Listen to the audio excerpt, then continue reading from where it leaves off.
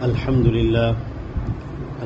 لله نحمده ونستعينه ونستغفره ونؤمن به ونتوكل عليه ونعوذ بالله من شرور أنفسنا ومن سيئات أعمالنا من يهده الله فلا مضل له ومن يضلله فلا هادي له ونشهد أن لا إله إلا الله وحده لا شريك له ونشهد أن سيدنا ومولانا محمدا عبده ورسوله صلى الله عليه وسلم.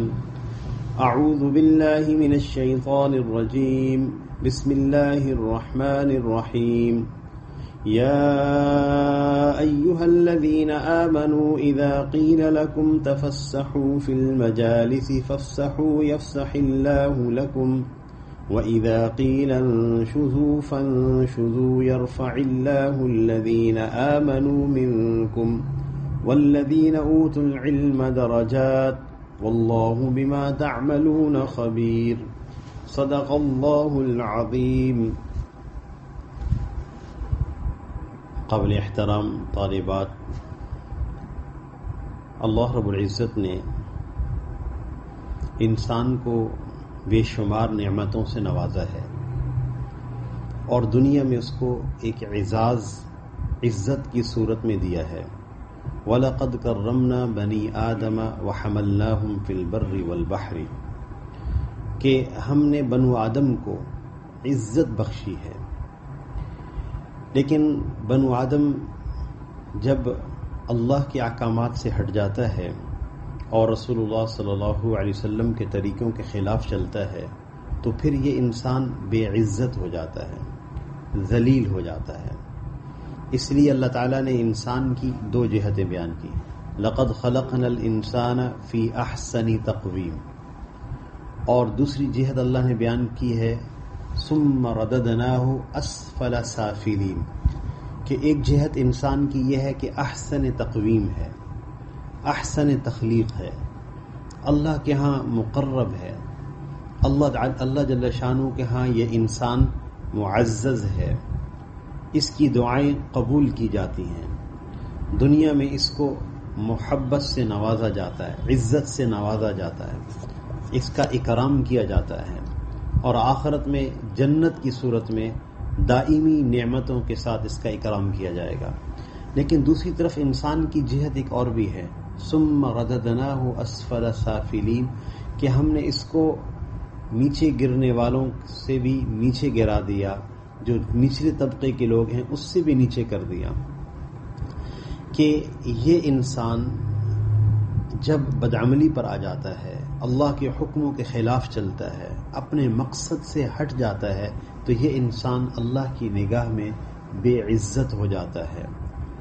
اس لیے ایک جگہ اللہ جل شانہ نے یوں فرمایا وَلَا تَكُونُوا كَالَّذِينَ نَسُوا اللَّهَ فَأَنْسَاهُمْ أَنفُسَهُمْ، کہ تم ان لوگوں میں سے نہ ہو جاؤ جو اللہ کو بھول جاتے ہیں. کہ تم اللہ تعالیٰ کو کیا بھولو گے؟ اللہ جل شانہ تمہیں تمہاری ذات سے تمہیں بھلا دیں گے. انسان اپنا مقصد بھول جائے گا، اور وہ انسان کتنا بھٹکا ہوا ہے جو اپنے مقصد زندگی کو نہیں جانتا. کتنا قابل ترس وہ انسان ہے جو اپنے مقصد زندگی سے ناواقف ہو جائے. اور ایک جگہ تو اللہ جل شانہ نے فرمایا کہ انسان اسفل السافلین میں جب جاتا ہے، یعنی نیچے گرتا ہے، تو وہ جانوروں سے زیادہ بدتر ہو جاتا ہے. کہ جانور تو اپنی مقصد کے ساتھ زندگی گزارتے ہیں، انسان بے مقصد ہو جاتا ہے. تو اللہ تعالیٰ نے انسان کو جو بامقصد زندگی گزارنے کا راستہ دیا ہے وہ رسول اللہ صلی اللہ علیہ وسلم کی طرف سے آئی ہوئی ہدایت ہے، جس کو اللہ جل شانہ نے اپنے وحی کے ذریعے سے اپنے پیارے نبی صلی اللہ علیہ وسلم پر وہ راستہ القاء فرمایا. اور وہ راستہ ہدایت کا راستہ ہے، جس کے بارے میں اللہ جل شانہ کا یہ ارشاد ہے کہ ان الدین عند اللہ الاسلام، کہ دین صرف اسلام ہے، اور جو شخص اس اسلام کے علاوہ کوئی راستہ اختیار کرے گا اللہ جل شانہ اس کو قبول نہیں فرمائیں گے. تو اللہ جل شانہ نے جو ہدایت کا راستہ دیا ہے، اس کے اللہ جل شانہ نے ہمیں اس ہدایت کے راستے کے علوم عطا فرمائے ہیں، جن کو علوم ہدایت کہا جاتا ہے، جو براہ راست انبیاء علیہم السلام پر نازل ہوتے ہیں، علوم ہدایت۔ اور انبیاء علیہم السلام انسانوں میں سے وہ لوگ ہوتے ہیں جن کو اللہ تعالیٰ نے اپنی نبوت کے لیے چھانٹا ہوتا ہے اور انتخاب کیا ہوتا ہے۔ اس لیے نبوت وہ مقام اور مرتبہ ہے جس تک پہنچنے کے لیے نہ کسب چاہیے نہ محنت چاہیے، نہ کسب اور محنت سے یہ حاصل ہوتا ہے۔ یہ صرف اور صرف حاصل ہونے کا جو ذریعہ ہے وہ اللہ جل شانہ کی طرف سے عطا ہے۔ اللہ جل شانہ اپنے کسی بندے کو بھی منتخب فرماتے ہیں اپنے بندوں تک پیغام پہنچانے کے لیے، ان پر علوم ہدایت کا القاء فرماتے ہیں۔ تو ہمارے نبی صلی اللہ علیہ وسلم پر جو علوم ہدایت اتارے گئے وہ ایسے علوم ہیں جس میں قیامت تک کے سارے انسانوں کے لیے ہدایت ہے، ہر زمانے اور ہر مکان کے لیے، کہ رسول اللہ صلی اللہ علیہ وسلم کے طریقے کے خلاف جو بھی چلے گا وہ دنیا اور آخرت دونوں میں ناکام ہو جائے گا۔ وَمَن يَبْتَغِ غَيْرَ الْإِسْلَامِ دِينًا فَلَن يُقْبَلَ مِنْهُ، جو اس اسلام کے علاوہ، دین کے علاوہ کوئی راستہ اختیار کرے گا اللہ جل شانہ اس کو ہرگز قبول نہیں فرمائیں گے۔ تو علوم دین، علوم ہدایت جس میں دنیا اور آخرت کی کامیابی چھپی ہوئی ہے، ان علوم ہدایت کی مشغولی میں اللہ نے مجھے اور آپ کو حصہ عطا فرمایا کہ اللہ نے مجھے اور آپ کو قبول کیا۔ ہم علوم ہدایت کو پڑھنے پڑھانے کے لیے ادارے کے اندر آ گئے۔ یاد رکھیے گا یہ انتخاب ہوتا ہے، کوئی بھی آدمی مجبور ہو کر علوم ہدایت پڑھنے نہیں آتا۔ وہ علوم جس کا تعلق بلا کسی واسطہ کے رسول اللہ صلی اللہ علیہ وسلم کے ساتھ ہے، یعنی وحی، جس کا نتیجے میں دو علوم نکلتے ہیں، قرآن اور حدیث۔ قرآن اور حدیث جس کو ہم تقسیم یوں بھی کرتے ہیں، وحی مطلوب اور غیر مطلوب۔ وہ وحی جس کی تلاوت کی جاتی ہے وہ قرآن ہے، اور وہ وحی جس کی تلاوت نہیں کی جاتی غیر مطلوب وہ حدیث رسول ہے۔ تو اللہ جل شانہ نے ہمیں براہ راست اس سے ہمارا تعلق اس سے کر دیا، یہ اللہ کا خاص انتخاب ہے۔ اس لیے ہماری کوئی طالبہ کے ذہن میں یہ بات نہ آئے کہ ہم مجبور ہو کر آئے ہیں پڑھنے کے لیے، ہمارے پاس کوئی اور راستہ نہیں تھا، ہمارے والد صاحب نے ہمیں مجبور کر دیا، ہم ادارے میں آ گئے۔ یہ قطعاً ذہن میں نہ لائیں، یہ اس علوم کی ناشکری ہو جائے گی اور ناقدری ہو جائے گی۔ وَأَنَا اخْتَرْتُكَ فَاسْتَمِعْ لِمَا يُوحَىٰ، اے موسیٰ علیہ السلام ہم نے آپ کو چنا ہے۔ حضرت موسیٰ علیہ السلام کا جو سفر ہے وہ سفر مدین سے مصر کی طرف جو سفر ہوا ہے، تو وہ سفر جو ہے ان کا مدین پہنچنا، پھر مدین میں 10 سال شعیب علیہ السلام کی خدمت میں رہنا، ان کی بیٹی سے ان کا نکاح ہونا، اور پھر وہ سفر شروع کرتے ہیں۔ اب بکریاں بھی ساتھ ہیں اور وہ اہلیہ بھی ساتھ ہے، کچھ خدام بھی ساتھ ہیں، کچھ اور لوگ بھی ساتھ تھے۔ پھر راستہ بھٹک جاتے ہیں، ایک مقام پر پہنچتے ہیں، اور پھر وہاں پہ ان کو ایک آگ نظر آتی ہے، اور اپنی بیوی سے کہتے ہیں کہ آپ یہاں ٹھہریں، میں آگ لے کر آتا ہوں۔ اور پھر وہ آگ کے جب قریب پہنچتے ہیں تو روایات میں آتا ہے کہ جتنا اس درخت کے قریب ہوتے تھے وہ درخت اتنا دور ہوتا، پیچھے ہٹتے تو وہ قریب ہوتا، جلتا ہوا دکھائی دیتا لیکن کوئی شاخ جلتی ہوئی گرتی نہیں تھی۔ اس درخت میں سے آواز آئی، یا موسیٰ انی انا اللہ، میں تمہارا اللہ ہوں۔ تو روایت میں آتا ہے کہ حضرت موسیٰ علیہ السلام کو یہ آواز ہر جہت سے آتی ہوئی سنائی دی، اور موسیٰ علیہ السلام کا پورا بدن، چونکہ یہ ندا تھی اللہ کی طرف سے بغیر کسی واسطہ کے، تو موسیٰ علیہ السلام کا پورا بدن، جیسے ہم کانوں سے سنتے ہیں تو موسیٰ علیہ السلام سر سے لے کے پاؤں کے ناخن تک ان کا پورا بدن اس آواز کو سن رہا تھا، اور آواز ہر جہت اور ہر جانب سے آ رہی تھی۔ تو مفسرین نے لکھا ہے کہ موسیٰ علیہ السلام کا سارا سفر اور بھٹکنا اور پھر رات کو یہاں پہنچنا یہ اتفاقی نہیں تھا، اللہ جل شانہ کی طرف سے طے تھا کہ اللہ تعالیٰ نے ان کا انتخاب کرنا ہے۔ تو علوم ہدایت کے لیے انتخاب ہوتا ہے۔ وَأَنَا اخْتَرْتُكَ، یہ بات اللہ پاک نے مجھے اور آپ کو سنائی کہ اے موسیٰ علیہ السلام نے ہم نے آپ کو منتخب کیا، فَاسْتَمِعْ لِمَا يُوحَىٰ، اب آپ اس کو توجہ سے سنیں جو ہم آپ کی طرف وحی کریں گے. انی انا اللہ، میں ہی اللہ ہوں. لا الہ الا انا فاعبدنی واقم الصلاۃ لذکری، میرے سوا کوئی معبود نہیں، آپ نماز کو میری یاد کے لیے قائم کیجئے. تیسری پہلی بات یہ انتخاب ہے آپ کا علوم دین کے پڑھنے کے لیے، کیونکہ اللہ جل شانہ ان پڑھنے والوں سے ایک اگلا کام بھی لیں گے اگر یہ پڑھنے والے نیت کر لیں، اگر یہ پڑھنے پڑھانے والے نیت کر لیں. اور وہ دنیا کا سب سے اعلیٰ کام، جس سے بڑھ کر کوئی فضیلت والا کام نہیں اور جس سے بڑھ کر کوئی مرتبے والا کام نہیں ہے، اور وہ کیا ہے؟ مقاصد نبوت کی تعلیم، ترویج، اشاعت اور تبلیغ. اور رسول اللہ صلی اللہ علیہ وسلم جس مقصد کے لیے دنیا میں بھیجے گئے ان کے مقاصد کی تعلیم دینا، ترویج کرنا، اشاعت کرنا، تبلیغ کرنا. لقد من اللہ علی المؤمنین اذ بعث فیہم رسولا من انفسہم یتلو علیہم آیاتہ ویزکیہم ویعلمہم الکتاب والحکمہ، کہ ہمارا یہ مؤمنین پر احسان ہے کہ ہم نے ان کے اندر ایک رسول بھیجے صلی اللہ علیہ وسلم جن کے مقاصد یہ ہیں، یتلو علیہم آیاتہ، وہ قرآن پاک کی آیات تلاوت کرتے ہیں، ویزکیہم، ان کا تزکیہ نفس کرتے ہیں، وَيُعَلِّمُهُمُ الْكِتَابِ، ان کو کتاب اللہ کی تعلیم دیتے ہیں، والحکمہ، حدیث و سنت کی تعلیم دیتے ہیں. یہ مقاصد نبوت میں سے ہیں. اللہ تعالیٰ نے اس علم کے اندر مشغول کر دیا. کیا یہ معمولی بات ہے؟ کیا اس سے کوئی مقام اور مرتبہ بڑا ہو سکتا ہے؟ اس لیے نہ شکری کا کوئی کلمہ ذہن پہ نہ آئے، بلکہ اندر سے خوشی کا احساس ہو رہا ہو. ہمارے نبی صلی اللہ علیہ وسلم ہمیں یوں سکھاتے تھے، ہمیں یہ دعا مانگنی چاہیے. اس لیے مدرسے کی طرف آتے ہوئے طبیعتوں پر بوجھ نہیں ہونا چاہیے، نشاط ہونا چاہیے. الحمدللہ ہم ایک بہت بڑے کام کے لیے روانہ ہو رہے ہیں، گھر سے روزانہ آ رہے ہیں، طبیعتوں میں خوب نشاط ہو. ہم یہ دعا مانگا کریں. نبی صلی اللہ علیہ وسلم نے ہمیں یہ دعا سکھائی. اللہم اجعلنی من الذین اذا احسنوا استبشروا واذا اساءوا استغفروا. اے اللہ، مجھے ان لوگوں میں سے بنا دیں کہ جب وہ نیکی کریں تو خوش ہو جائیں اور جب ان سے گناہ ہو جائے تو استغفار کریں.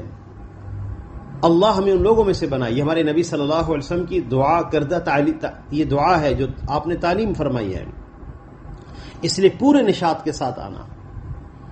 اور پھر معمولی یہ جو علوم ہدایت کے اندر اللہ نے مجھے اور آپ کو مشغولی دی ہے، ہم روزانہ مدرسے آتے ہیں پڑھنے اور پڑھانے کے لیے.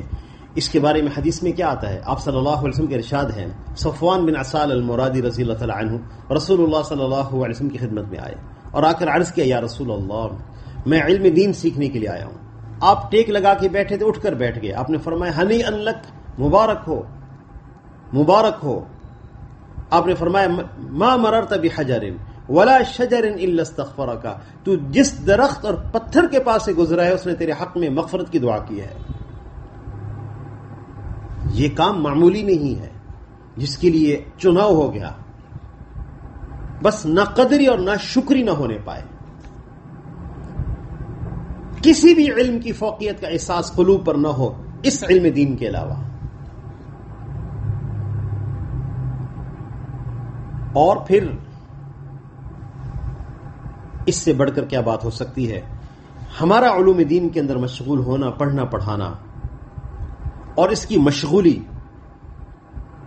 اللہ جل شانہ کی طرف سے کن نعمتوں کے اترنے کا سبب ہے، کن رحمتوں کے نزول کا سبب ہے، کیا ہم جانتے ہیں؟ کیا کیا رحمت اللہ کی طرف متوجہ ہو، کہ اللہ جل شانہ کی رحمتیں ہماری طرف متوجہ ہو رہی، کیا کیا نعمتیں اللہ پاک ہمیں عطا فرما رہے. انسان استحضار کرے ان چیزوں کا کہ آپ صلی اللہ علیہ وسلم کے ارشاد ہے، حدیث قدسی ہے، یا ابن آدم تفرغ لعبادتی، اے ابن آدم تو اپنے آپ کو میری عبادت کے لیے فارغ کر لے. املأ صدرک غنا واسد فقرک، میں تیرے سینے کو غنا سے بھر دوں گا، تیرا فقر اور تنگدستی ختم کر دوں گا. تو ذرا اپنے آپ کو فارغ تو کر میرے لیے. وَإِلَّا تَفْعَلْ، اور اگر تو نے یہ کام نہ کیا تو پھر میں تیرے سینے کو مشاغل سے بھر دوں گا اور تیرے فقر کو بند نہیں کروں گا. اس لیے بہت بڑی نعمت.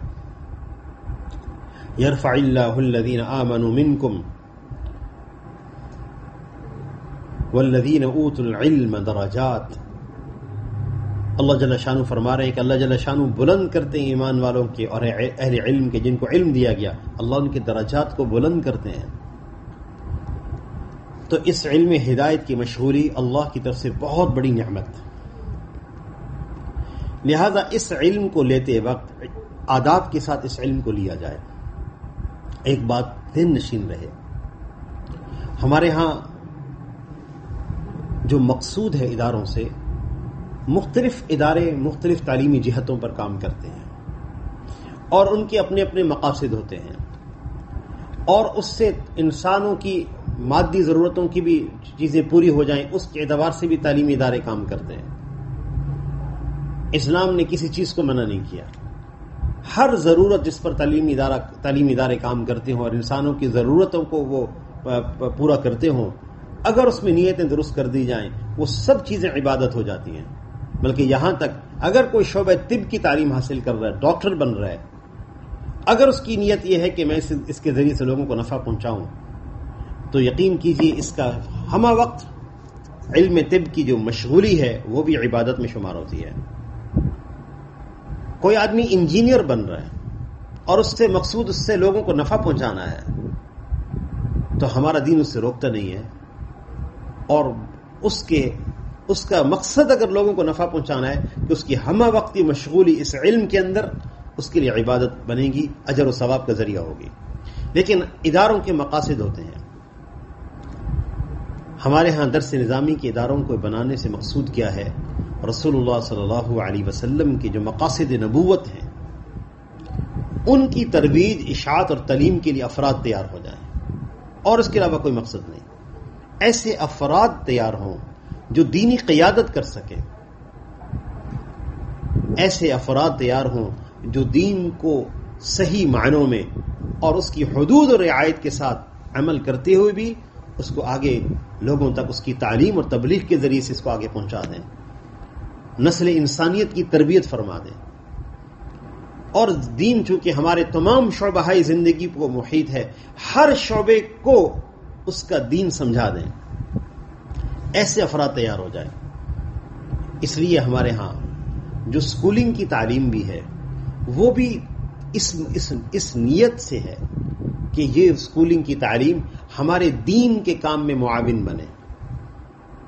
ہمارے یہ مقاصد اصلیہ میں سے ہے کہ ہماری بچیاں، ہمارے بیٹے یہ زبانوں پر بھی مہارت رکھتے ہوں، اور یہ علوم عربیہ پہ مہارت رکھتے ہوں، انگریزی پر بھی مہارت رکھتے ہوں، اردو پر مہارت رکھتے ہوں، کہ دین کے یعنی مقاصد نبوت کی ترویج اور اشاعت اور تعلیم کا کام اعلیٰ پیمانے پہ کر سکیں. یہ ہمارے مقاصد میں سے ہے. اس لیے میری درخواست ہوگی اپنے آنے والی مجمع سے اور ہمارے اپنے طالبات سے کہ ہم بڑی نیتیں کریں. اللہ تعالیٰ نے ہمارے لیے نظام کو سہل کر دیا، وسائل مہیا کر دیے، مجھے گھر سے یہاں آنے کی توفیق ہو گئی. اب میں نیت بڑی کروں، اب میری طبیعت میں نشاط ہو، بوجھ نہ ہو. اور پھر اس علوم کے حاصل کرتے وقت ہم اس کو کیسے اس اعلیٰ پیمانوں پہ حاصل کریں جیسے اس کا حق ہے. میرے اوقات ضائع نہ ہوں. میں ایک بڑے کام کے لیے اللہ نے میرا انتخاب کیا ہے، تو میرے اوقات ضائع نہ ہوں، میں کما حق کا ہوں اس کو حاصل کر سکوں. اس کے لیے اللہ تعالیٰ نے کچھ ہمیں چیزیں تعلیم دی ہیں. ان میں سے ایک دعا ہے. الدعاء سلاح المؤمن، یہ مؤمن کا ہتھیار ہے، عبادت کا مغز ہے. یعنی پوری بندگی، عاجزی اور تذلل کا اظہار چونکہ دعا میں ہوتا ہے، اس لیے دعا سب سے اعلیٰ افضل ترین عبادت کہا جاتا ہے اس کو. چند دعائیں علوم کے حصول کے لیے سکھائی گئی. ایک دعا تو یہ سکھائی گئی جس کی ہماری سب طالبات آج سے اس کا اہتمام کریں گی اور ماشاءاللہ پہلے سے کر رہی ہوں گی. وَقُلْ رَبِّ زِدْنِي عِلْمًا. اے نبی صلی اللہ علیہ وسلم یوں دعا مانگیے. آپ صلی اللہ علیہ وسلم کو تعلیم ہے، یوں مانگیے، ربی زدنی علما، اے میرے رب میرے علم میں اضافہ فرما. امام قرطبی رحمۃ اللہ علیہ فرماتے ہیں فلو كان شيء اشرف من العلم لامر الله تعالى نبيه صلی اللہ علیہ وسلم ان يسأله، کہ اگر علوم دین سے بڑھ کر کوئی نعمت ایسی ہوتی جو اس سے اشرف ہوتی اور اعلیٰ ہوتی تو اللہ جل شانہ اپنے نبی کو اس کی زیادت یعنی اس نعمت کی زیادت کی دعا کی تعلیم دیتے کہ آپ زیادہ مانگیے. لیکن صرف علم کے بارے میں فرمایا، علم دین کے بارے میں فرمایا وَقُلْ رَبِّ زِدْنِي عِلْمًا، اے میرے رب میرے علم میں اضافہ فرما دیں. ہماری ہر طالبہ اس دعا کا اہتمام کر لے، پھر اس کے نتائج دیکھ لے.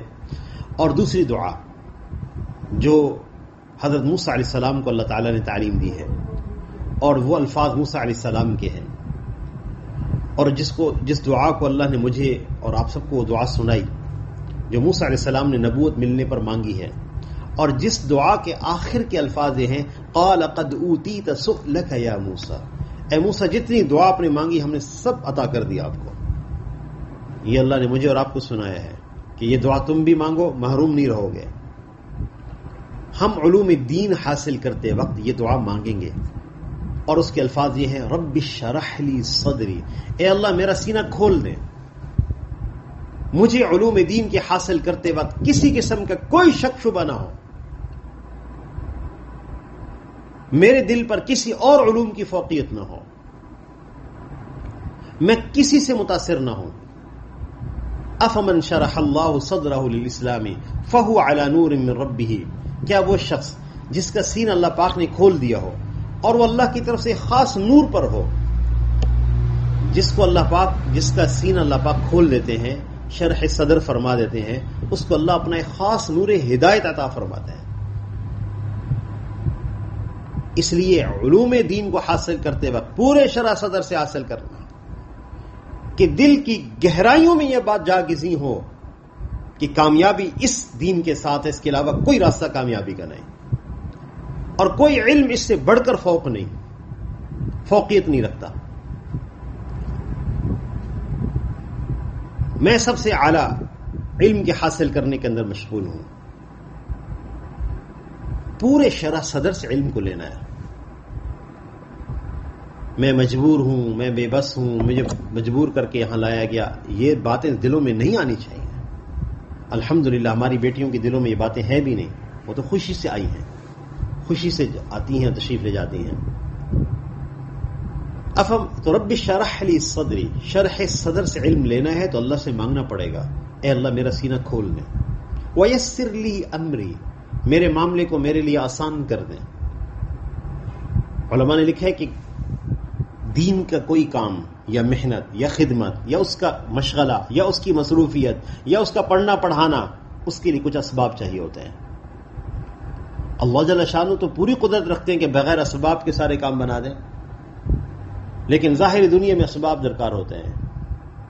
ہم یہاں سے یہ بھی مانگ رہے ہیں کہ اے اللہ اس کے لیے جو ضروری اشیاء ہے، جو اسباب ہیں وہ بھی مجھے مہیا فرما.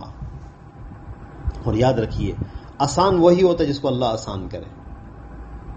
بسا اوقات نئی طالبات آئیں، ان کو مشکل معلوم ہو رہا ہے، نہ مانوسیت نہیں ہو رہی کتابوں سے، ناموں سے مانوسیت نہیں ہوتی، حیران ہو جاتی ہیں کتابوں کے نام سن کر. بسا اوقات مضامین سے مانوسیت نہیں ہوتی. شروع کے اوقات میں علوم عربیہ سے، چونکہ علوم عربیہ سے بالکل ابتدا سے جو ہے وہ موانست نہیں ہے، تو بہت زیادہ مشکل معلوم ہو رہی تھی. اس کے الفاظ، اس کی اصطلاحات، اس کو یاد کرنا، اس کو پڑھنا. ہم اللہ سے مانگیں ویسر لی امری، اللہ میرے معاملے کو آسان کر دیں. اور حدیث میں آتا ہے اللہم لا سہل الا ما جعلتہ سہلا وانت تجعل الحزن سہلا اذا شئت، اے اللہ آسان وہی ہے جس کو تو آسان کرے، اور آپ پوری قدرت رکھتے ہیں کہ غم کو بھی آسان فرما سکتے ہیں، غم کو بھی سہل کرتے ہیں.